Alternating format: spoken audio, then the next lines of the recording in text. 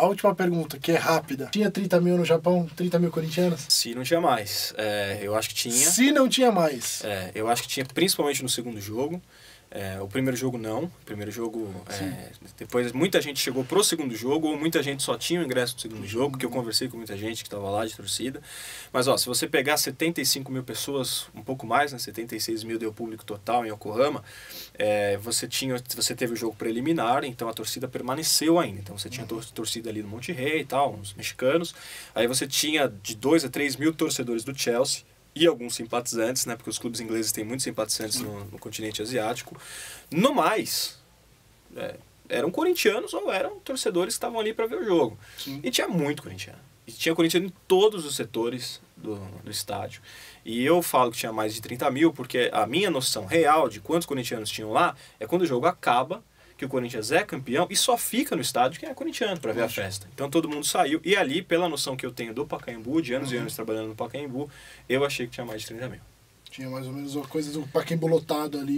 Eu achei que tinha um Pacaembu ali dentro, se não todo um Pacaembu de 40 mil, aí eu acho que não chega tanto, mas um Pacaembu lotado para jogos do Corinthians e Libertadores, eu acho que tinha em Yokohama. Legal. E vou te falar, Ortega, meus amigos que estiveram lá tinham ingresso sobrando ainda. Também.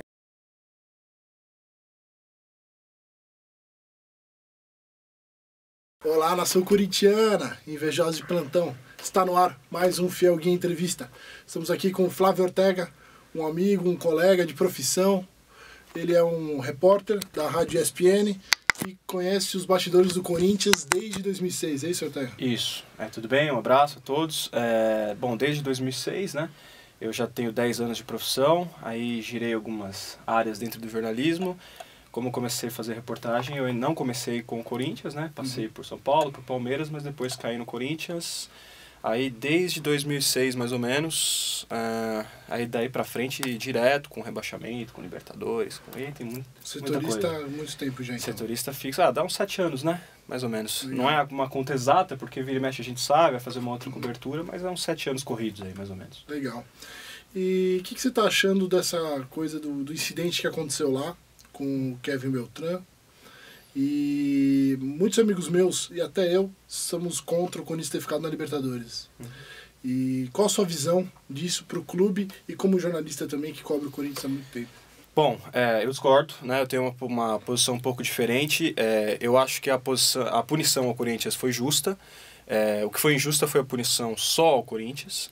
Não entendo que a punição, inclusive, de portões fechados durante 60 dias, até porque não são 60 dias, né? Até o julgamento acontecer, eu acho que ela não é tão pesada assim como bate a diretoria do Corinthians, mas eu acho que por trás de todos esses depoimentos, esse discurso mais veemente e tal, tem todo um trabalho de pressão à Conmebol, isso a gente pode falar um pouco mais lá na frente. Esse é um assunto que movimentou bastante tudo que aconteceu no Corinthians na semana onde o menino morreu até agora. Pouco você falou de futebol. Eu não estava em Oruro, né? Uma política desse ano da emissora.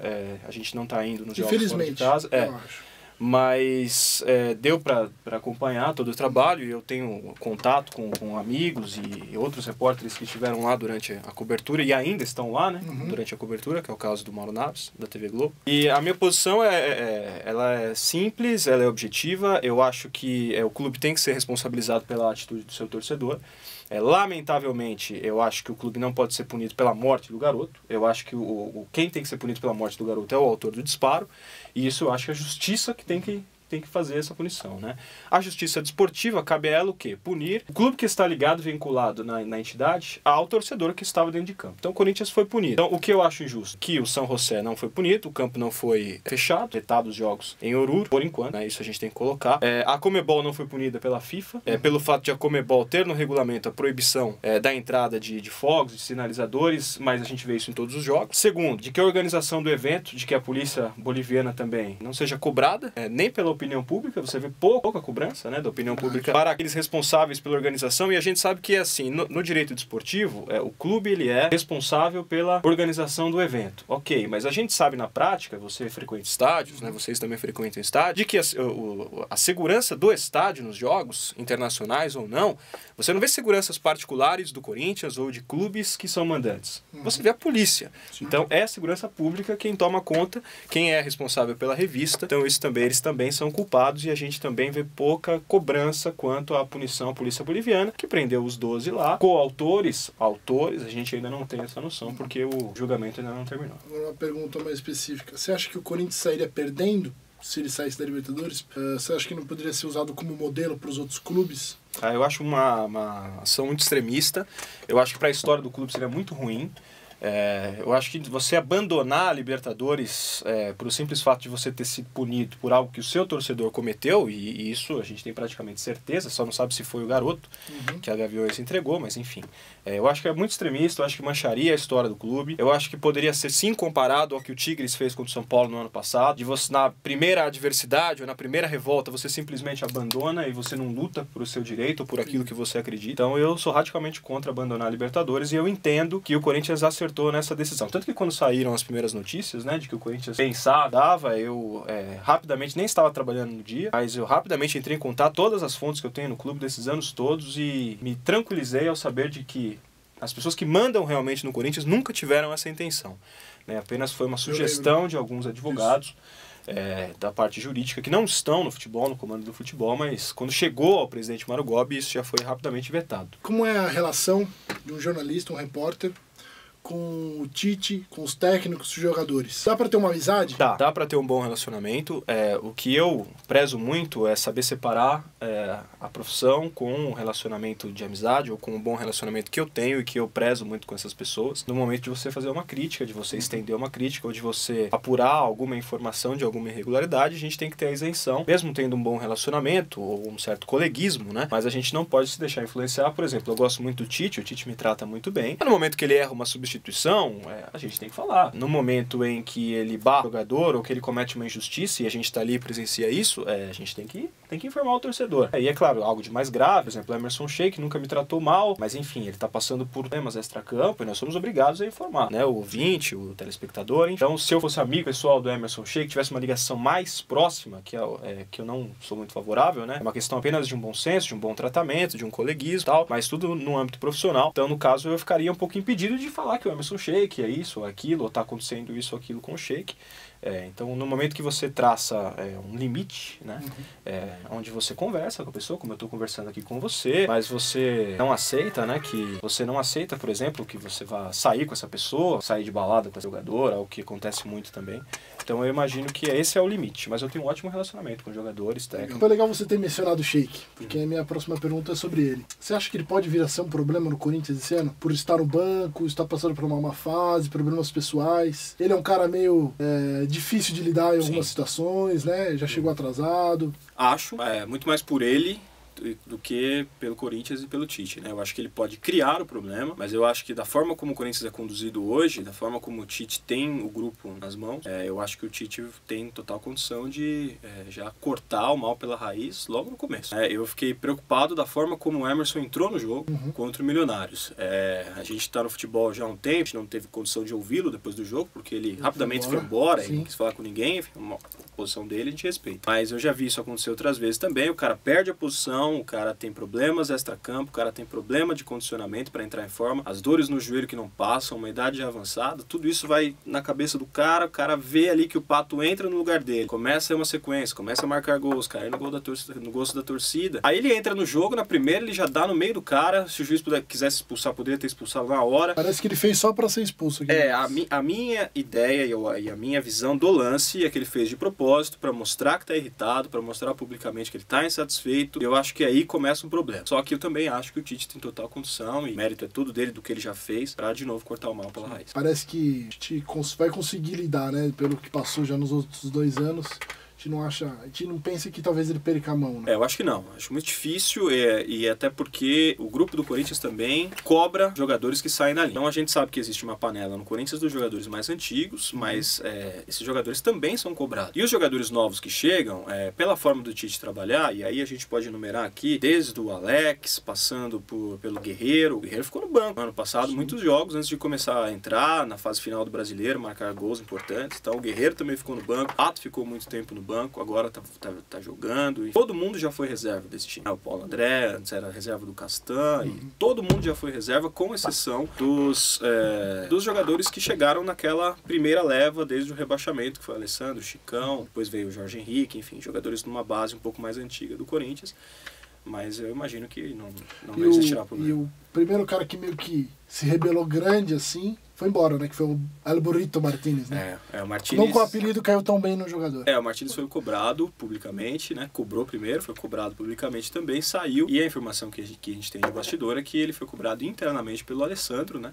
Logo no momento em que acabou a entrevista do Martínez e toda a repercussão do dia seguinte, o Martínez dentro do CT, ali antes de começar um treinamento, foi chamado a atenção pelo Alessandro, como capitão do Corinthians, como líder do grupo, dizendo que ali quem ganha no grito. E de lá pra cá, ele foi praticamente deixado de lado. A gente só viu o Martínez ter relacionamento com o Wallace e com o Guerreiro por também ser estrangeiro. A gente sentiu que ele foi excluído, o Tite também sentiu, é claro, a diretoria também, por isso que ninguém nem fez questão de segurá-lo. Quando o Boca Juniors igualou que o Corinthians pagou pelo cara, ainda com um pouquinho a mais, levou, mesmo sendo um grande jogador. Né? É um grande jogador, isso a gente não discute. Mas as principais mudanças que você viu que aconteceu de 2006 a 2013 no Corinthians pra cá, depois que caiu, teve todas essas grandes repercussões, a volta por cima, o Andrés, o Ronaldo, o que você acha que foi os maiores benefícios dessa mudança? Eu acho que uma gestão profissional no futebol, é claro que a gente critica no momento que se deve criticar e no momento de se elogiar, a gente também tem que dar uma palmatória e elogiar tudo que foi feito. Foi impressionante, desde o rebaixamento, e eu acompanhei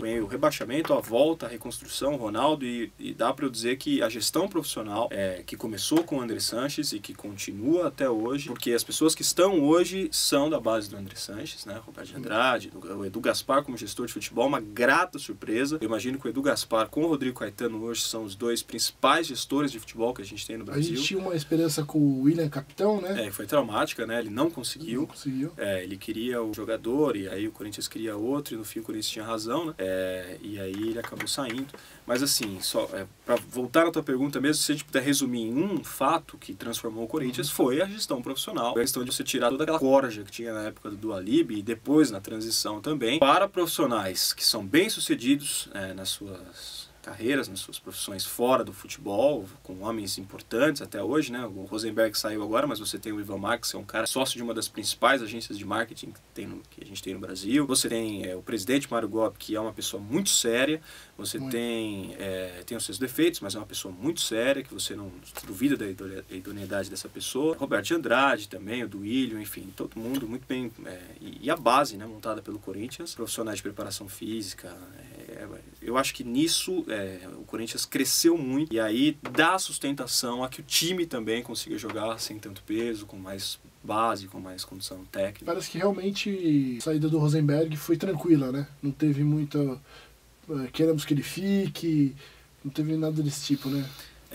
Aquela declaração que chegou a ser um pouco infeliz por parte do Rosenberg, utilizando numa palestra que o time do Corinthians era medíocre, né, antes dos títulos conquistados, chegou muito mal também no grupo. Por isso que eu falo que o grupo do Corinthians é um grupo fechado. Então o que aconteceu com o Martínez, aconteceu com o Rosenberg também, tanto que o Luiz Paulo Rosenberg sequer teve acesso ao hotel onde o Corinthians ficou concentrado no Japão, ele foi excluído também, e de lá pra cá era só uma questão de tempo do cara também, né, tomar um pouquinho de Simancol e saber que ali ele tá só atrapalhando. Aí ele pediu licença, nesse momento ele não faz parte do grupo do Corinthians de direção, mas é um cara muito forte, muito importante, que ainda é respeitado. Eu tenho uma teoria e eu acho que o André Sanches manda muito no Corinthians ainda. A voz dele é muito forte lá. Você concorda com isso? Como é que você vê? Concordo. Isso acontece, não diretamente com o presidente Mário Gobi, que utiliza a opinião do André Sanches como influência, como modelo, mas que toma a decisão final. Agora, nos pares do Mário Gobi, nas pessoas que estão ainda, que rodeiam todo o departamento de futebol do Corinthians e do departamento social, principalmente, são ainda subalternos ao André Sanches de alguma forma,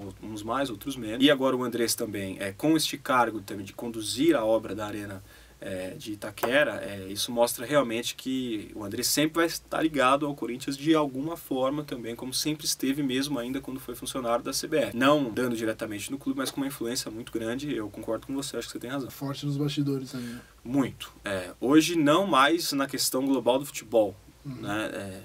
Hoje mais nas coisas ligadas ao Corinthians. Ele criou muitos desafetos, muitos inimigos, e hoje quem comanda o futebol brasileiro é o Marinho, que tem como braço direito o Marco Paulo Del Nero, que hoje é o principal desafeto do Andrés. Então, nessa questão, o Andrés perdeu um pouco de influência na questão do futebol brasileiro. Mas no Corinthians ele ainda tem uma voz... Talvez uma segunda voz ali, né? Sim. Primeira para muitos, mas para o Mário Gomes segunda. Você tem alguma história de bastidores divertida pra gente contar pros corintianos e invejosos de plantão? Não que envolva diretamente o time, né? O meu contato com os jogadores, mas na minha profissão e na forma como a gente trabalha, são duas histórias curiosas, né? Bem rapidinho. A primeira na final da Libertadores, o primeiro jogo na Bombonera. Nós que trabalhamos em rádio, pra gente conseguir as entrevistas depois do jogo, como nós não temos o acesso na Libertadores dentro do campo, a gente precisa descer 40 minutos, a gente já abandona o jogo, já abandona a transmissão e desce para tentar o acesso ao vestiário ou ao campo, né? E nesse momento o jogo estava empatado, né? O Romarinho já tinha empatado o jogo. Tava 1-1 e alguns minutos restantes e a gente tinha que descer por fora do estádio, sem olhar o jogo.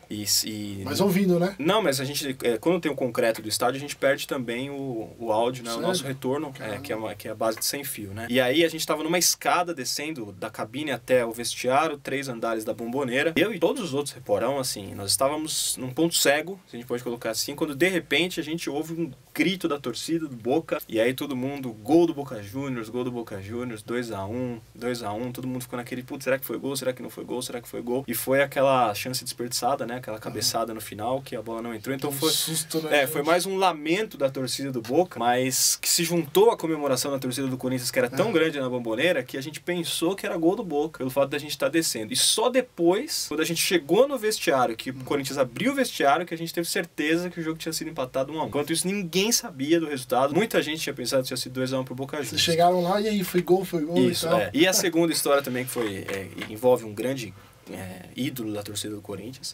Eu transmiti o jogo do Mundial de Clubes, a final contra o Chelsea, numa parte de cabines no estádio, em Yokohama, e na cabine de trás estava a cabine da TV Bandeirantes, Rádio TV Bandeirantes, onde estava o Neto. E todo mundo que acompanhou e sabe que o Neto se emocionou demais na transmissão, chorou e tudo mais. Isso foi pro ar, mas muita coisa que o Neto fez ali na hora do gol do Guerreiro não foi pro ar.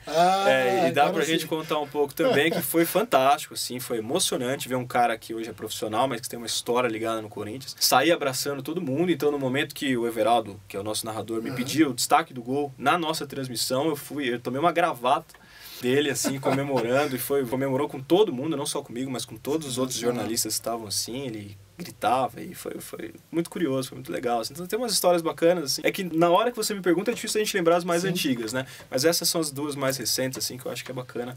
As pessoas não sabem. Sim. E acontece com a gente muita coisa também, fora o jogo. Mas é isso. Prazer todo meu. Muito obrigado. Espero ter ajudado. Sensacional. Bom trabalho pra você nessa carreira, e se puder cobrir sempre o Corinthians, parabéns, porque eu gosto muito do seu trabalho. Muito obrigado.